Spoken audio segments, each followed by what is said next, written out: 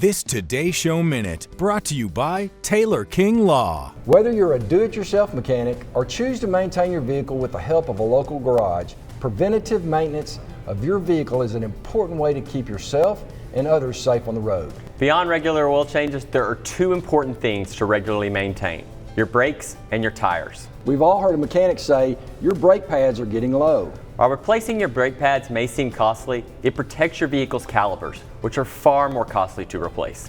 Check your tire pressure. Nowadays, vehicles are equipped with an internal gauge, but if not, a tire pressure gauge can quickly and easily help you ensure your tires aren't losing air. And you can use a penny to ensure your tire treads are in good shape. Insert a penny upside down. If you see all of Lincoln's head, it's time to replace those tires. And if you have additional questions, you can call the Taylor King Law Firm at 1-800-KARK or visit us online at taylorkinglaw.com.